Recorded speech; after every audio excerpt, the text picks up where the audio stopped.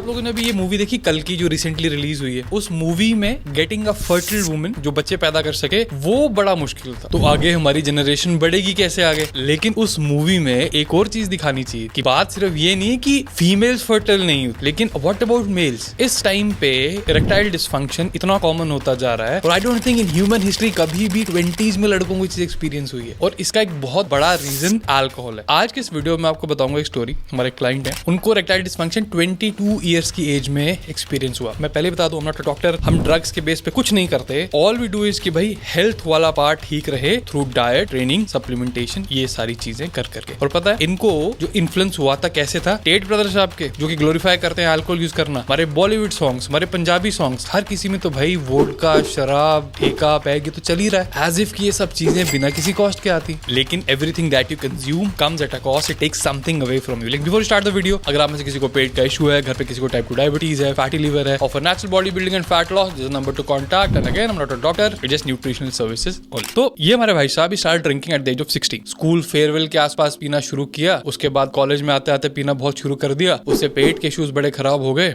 और बहुत जल्दी स्टार्टेड गेनिंग वेट। लेकिन इनको लगा हर कोई तो आसपास शराब पी रहा है, तो I guess it's pretty normal कि कोई पार्टी है तो शराब पीना इज प्रीटी नॉर्मल। और फिर टेट ब्रदर्स बन गए इनके आदर्श। तो इस आसपास की सोसाइटी ने इनको इतना परेशान कर दिया। लेकिन पता प्रॉब्लम क्या है, मोटापा हुआ, फैटी लीवर हुआ, बाकी चीजें किसी ने परेशान नहीं किया। लेकिन जब इरेक्शन का इशू आया तब एक मर्द को दर्द होता है और इनको वो तभी पार्ट हुआ। अब क्योंकि ये बहुत यंग थे और इनका जो मोस्टली कॉज इफेक्ट था वो अल्कोहलिज्म था, तो अल्कोहलिज्म जैसे ही इक्वेशन से बाहर गया, क्योंकि वो बड़े डर गए थे उस पार्ट से, उसका इनकी हेल्थ बिल्कुल ठीक हो गई। मतलब he lost a lot of body fat, इनका फैटी लिवर रिवर्स हो गया, पेट के इश्यूज ऑलमोस्ट बिल्कुल ठीक हो गए। लेकिन उसके बाद भी वो कॉन्फिडेंस एकदम वापस आया नहीं। उसके बाद ही had to take some counselling. एक काउंसलर ने विजिट किया, उनसे उन्होंने काफी टाइम बात किया, तो पूरा प्रोसेस वापस आते आते, अपना कॉन्फिडेंस वापस आते आते पूरे 2-3 साल इनको लग गए। और अब आई डोंट थिंक जिंदगी भर कभी भी अल्कोहल को हाथ लगाएंगे। मैं आपके सामने ना ये देखो, ये एक स्टडी डिस्कस करना चाहता हूँ आज। तो इस स्टडी में क्या देखा गया था, जैसे मैं हमेशा बात करता हूँ कि आप सिर्फ अल्कोहल की नहीं, जब भी किसी न्यूट्रिएंट की भी बात करते हो तो डोज डिपेंडेंस चीज बड़ी इंपॉर्टेंट है, वो देखना बड़ा जरूरी है। तो यहाँ पे क्या था कि हमने देखा अल्कोहल डिपेंडेंस और इरेक्टाइल डिसफंक्शन, क्या इसमें कोई रिलेशनशिप है। मैं बताता हूँ स्टडी में था क्या क्या। तो पहले इसमें 78 मेन दे वर चोजन, एवरेज एज 36 थी उनकी, और जिनको अल्कोहल डिपेंडेंस सिंड्रोम था। सिंपल शब्दों में वो लोग बेवड़े थे कि इनको पता है इनके नेगेटिव साइड इफेक्ट्स हैं, लेकिन फिर भी अल्कोहल छोड़ नहीं पाते क्योंकि उसकी लत लगी होती है। इसको हम अल्कोहल डिपेंडेंस सिंड्रोम बोलते हैं। जो लोग अल्कोहल पीते हैं, सबको पता है अल्कोहल पीने से लीवर पे बुरा असर पड़ता है। एक चीज बता देना चाहता हूँ, अगर जैसे देसी सप्लीमेंट कॉल्ड टुडका या जो बाकी लीवर के सप्लीमेंट्स होते हैं, कभी अल्कोहल पीने के पहले मत लो। बेस्ट चीज है कि आप अल्कोहल आपने पी लिया हो उसके बाद ले लो, या फिर अगले दिन सुबह जब उठ रहे हो तब ले लो, तब ज्यादा फायदा करता है। देखो स्टडी आपके सामने पेश करता हूँ। यहाँ पे चीज देखी गई थी, अगर टुडका आप पीने के पहले लेते हो तो आपको ये नुकसान कर सकता है। ठीक है, अब आगे देखते हैं क्या स्टडी में क्या है। तो अब इसमें 78 लोग एडमिट किए गए एक साइकियाट्री डिपार्टमेंट के वार्ड में। ठीक है, और all the participants were married और they had regular sex partner and no coexisting mental physical mental health conditions. मतलब कोई भी मेंटल हेल्थ कंडीशन वाला पार्ट नहीं था। अब देखो इसमें क्या था, क्रॉस सेक्शनल स्टडी कंडक्ट की गई। अब जो क्रॉस सेक्शनल स्टडी होती है, ये हाईएस्ट लेवल ऑफ एविडेंस तो नहीं होता, लेकिन हमें कुछ चीजें जरूर बताता है कि चीजें कैसी होती हैं। मैं इस चैनल पे जो लोग रेगुलर है उनको पता है, मैं बहुत बारी बोल चुका हूँ कि जस्ट बिकॉज आप ऐसा नहीं बोल सकते कि एक स्टडी कहीं पे हुई थी तो उस स्टडी का जो आउटकम है हम मान ले, नहीं। इस टाइप के cross sectional studies, observational studies हमें एक पैटर्न देती है। उसके बाद आप एक रैंडम कंट्रोल ट्रायल देते हो,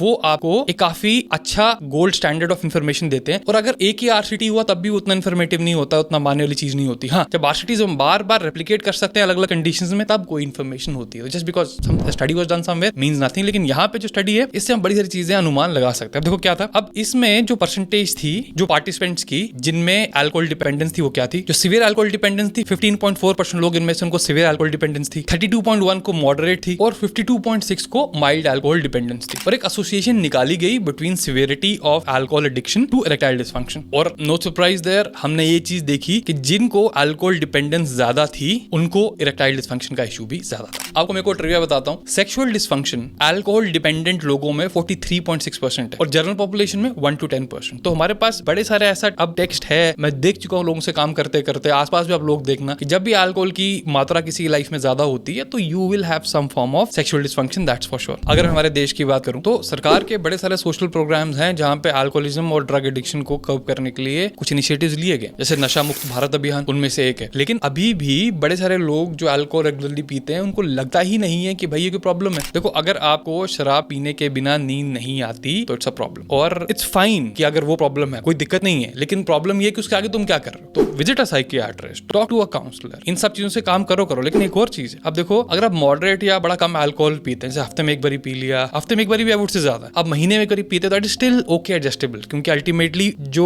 क्वांटिटी है वो बहुत मैटर करती है। अब उसके आसपास का लाइफस्टाइल आप क्या जी रहे हो वो बड़ी मैटर करती है चीजें। मैक्सिमम लोग अल्कोहल का कंजम्पशन रात को करते हैं, जब रात को अल्कोहल का कंजम्पशन आप करोगे आप बेहोश होगे, आप सो नहीं पाओगे। हमने कितने बार ऐसे केसेस देखे हैं जब लोगों ने रात को अल्कोहल का कंजम्पशन बंद किया, सुबह नॉर्मली वो जिम जाते थे, उनके कुछ टाइम में पीआरस आने शुरू हो गए, क्योंकि स्लीप क्वालिटी बहुत बेहतर हो जाती है, लेकिन कुछ साइकियाट्रिक हेल्प भी लगती है। Don't be afraid to do that. दोस्तों देखो, आप सोशल मीडिया में गानों के थ्रू बड़ी सारी चीज, आई डोंट नो ये क्या प्रोपेगेंडा, किसका क्या चल रहा है क्या नहीं चल रहा, I am not here to comment on that part, लेकिन every time you drink alcohol it will take a toll on you. It's like कि अगर आपके बैंक अकाउंट में 100 रुपए हैं तो आप 90 रुपए तक आराम से खर्च सकते हो, आप 95 रुपए खर्च सकते हो, 100 भी खर्च सकते हो, आप 110 रुपए खर्च नहीं सकते। वैसे ही हेल्थ का सिस्टम क्या रहता है, आप अपनी अच्छी आदतों से अपना बैंक बैलेंस बनाते हो, तो अल्कोहल जैसे आते हैं उसमें निकालते हैं। तो अगर आपकी हेल्थ बहुत अच्छी है, ओवरऑल बाकी चीजें अच्छी हैं, तो कभी कभार आप कर भी सकते हो, लेकिन डिपेंडेंस वो भी अल्कोहल जैसी चीज के ऊपर, ये आपको कहीं का नहीं रखेगी। तो विद फोल्डेड हैंड्स मेरे प्यारे मित्रों, specially the younger generation, let's make alcohol uncool. जैसे पहले वो करता था, लोग पीते थे लेकिन छुप छुपा के पीते थे, आजकल तो ये इतनी ओपननेस वाला पार्ट, ये it's not boarding well for the future generation. तो guys I hope this video is worth your time, और अगर आप अल्कोहल पीते हैं तो at least don't drink and drive. I see you next time, till then.